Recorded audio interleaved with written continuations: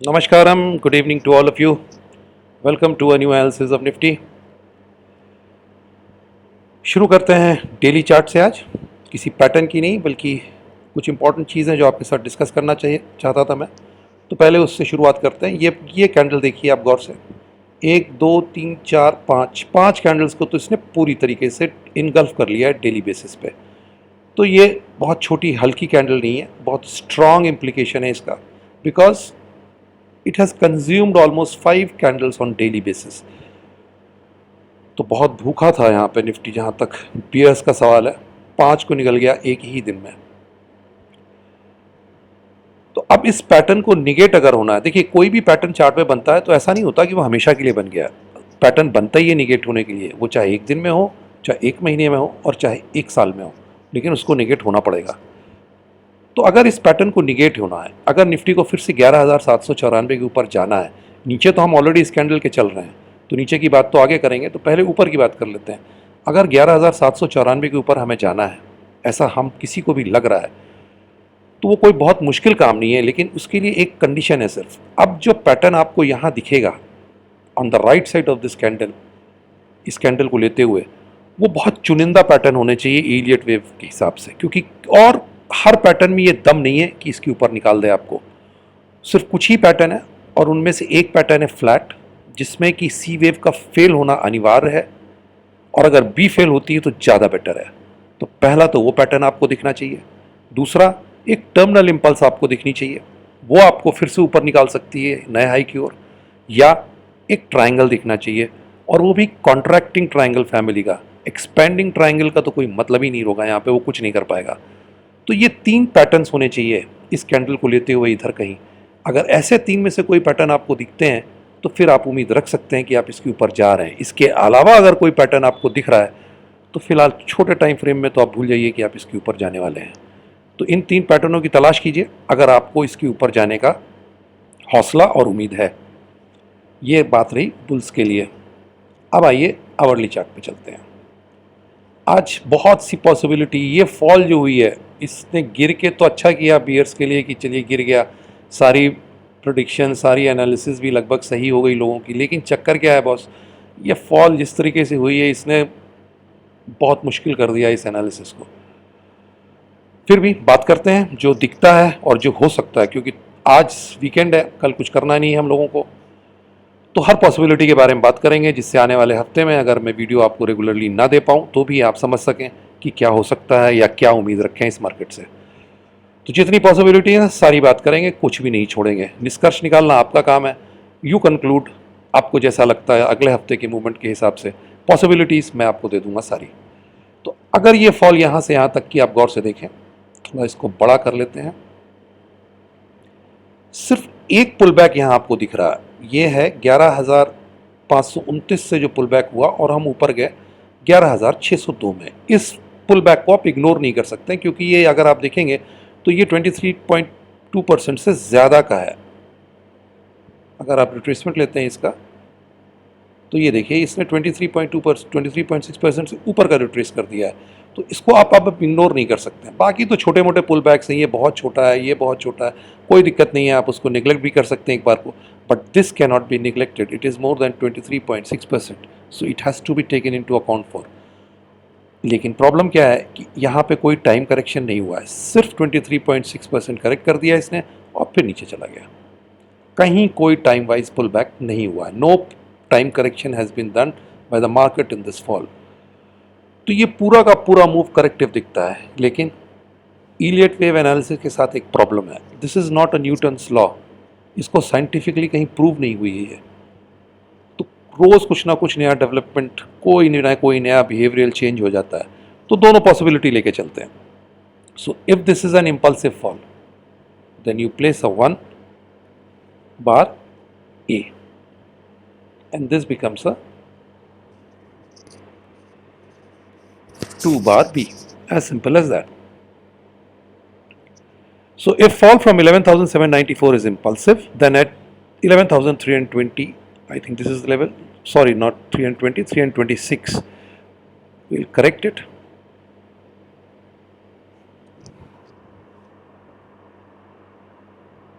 So at 11,326 we might have completed wave A of a zigzag or one of a trending impulse. That is what I have written. Nothing else boss. As simple as that. अगर ये 1 2 3 4 5 structure है जो नहीं दिख रहा है, लेकिन बहुत लोग इस तरह इसको मार्क कर सकते हैं, तो आपके लिए भी ये जानना ज़रूरी है, क्योंकि ये तो एक एनालिसिस है, हर पॉसिबिलिटी को एक्सप्लोर करेंगे।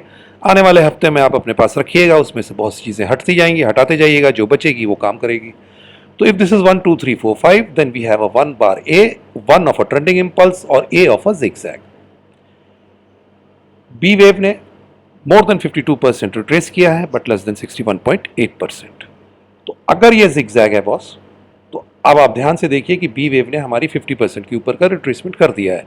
तो सी वेव अगर आनी है तो वो इसके 100%, ए वेव के 100% को एक्सीड नहीं करेगी। तो उस केस में मैंने ये लिख रखा है। So if zigzag, wave C is minimum 11,277 required, maximum 11,100 odd levels।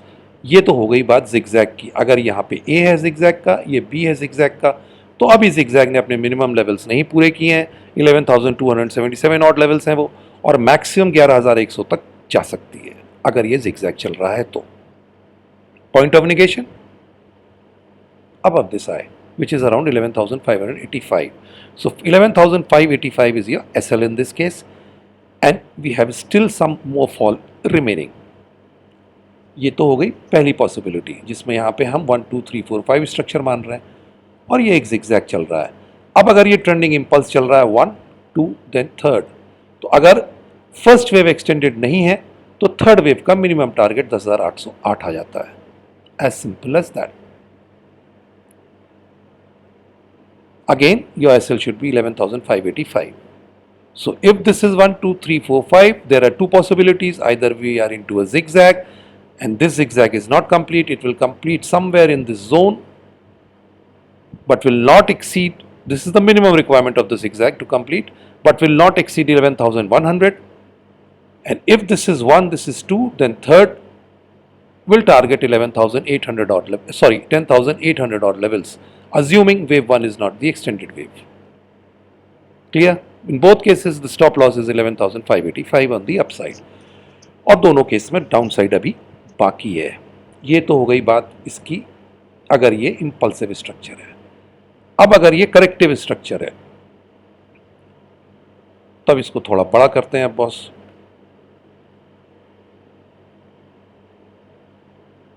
और इसको यहां कर लेते हैं।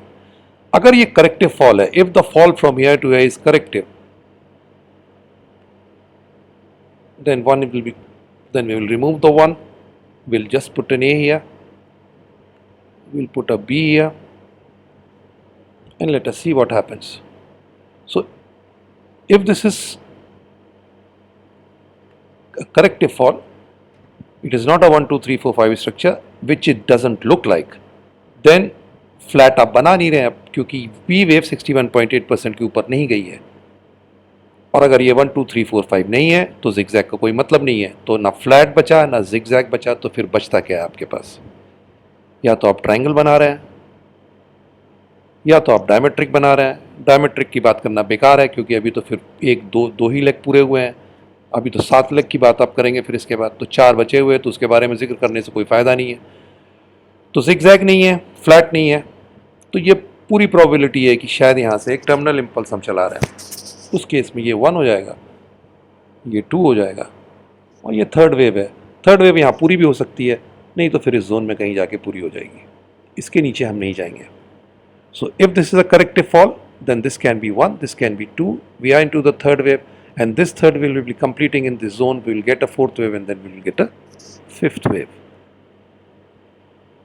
ये एक, अब ये देखिए बात, ये एक नॉर्मल सी की मैं बात कर रहा हूँ, लेकिन ऐसा नहीं कि ये पूरी नहीं हो सकती है। इसने सारी अपनी रिक्वायरमेंट पूरी कर ली है। अभी यहाँ पे थर्ड वेव पूरी हो भी सकती, हो गई हो, and we should get a fourth wave then.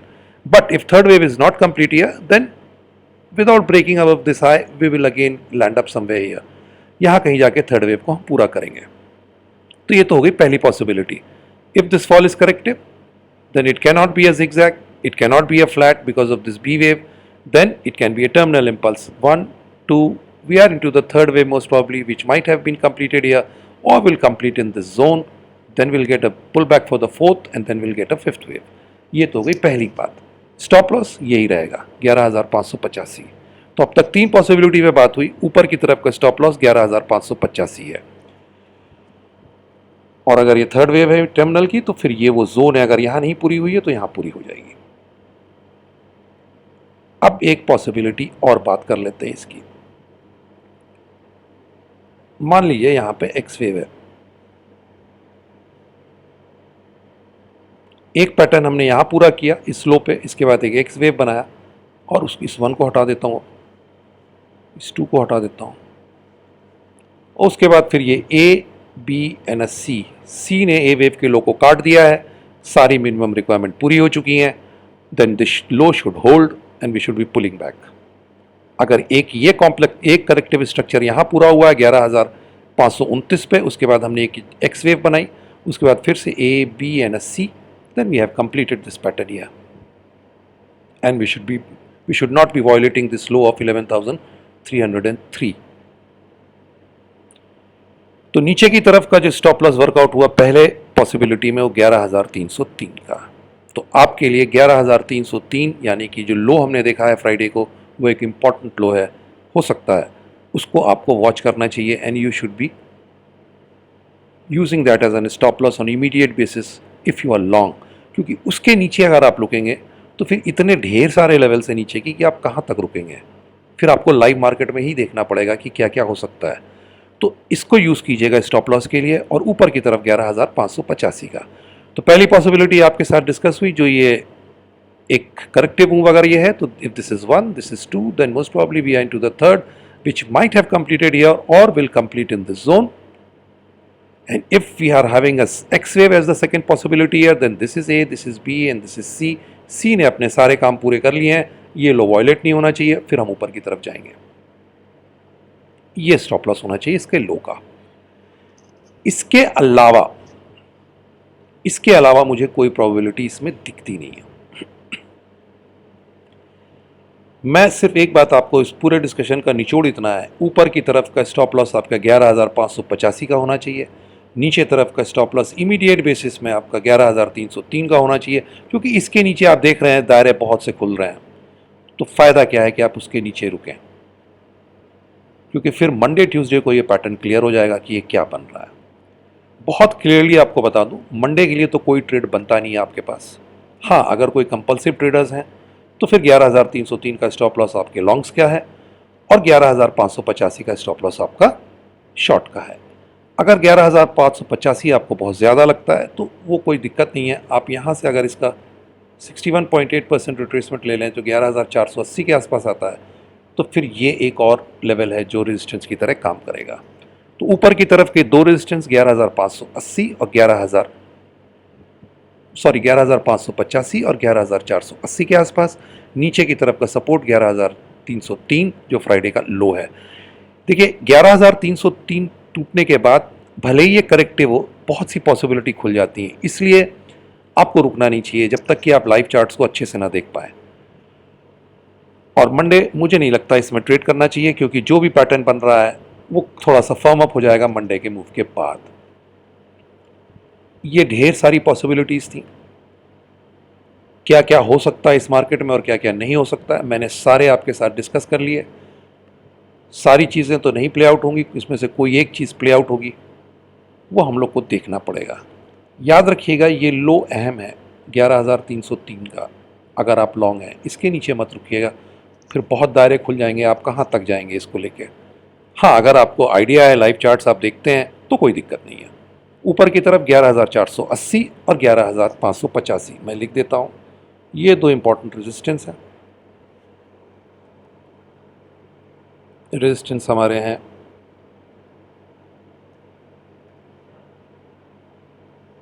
11,480 and 11,585. थोड़ा सा राउंड ऑफ कर दिया है मैंने, लेकिन ये मोटा मोटी काम करेगा.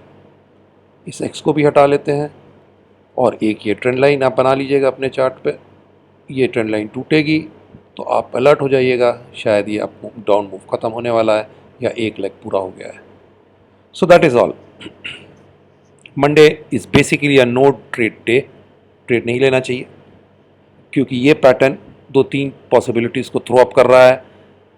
ये अगर इम्पल्सिव है तो ये लिखा हुआ आपके लिए, और अगर ये करेक्टिव है तो फिर फ्लैट नहीं बन रहा, जिगजैग नहीं बन रहा है, या तो टर्मिनल बन रही है या तो ट्रायंगल बन चुका है।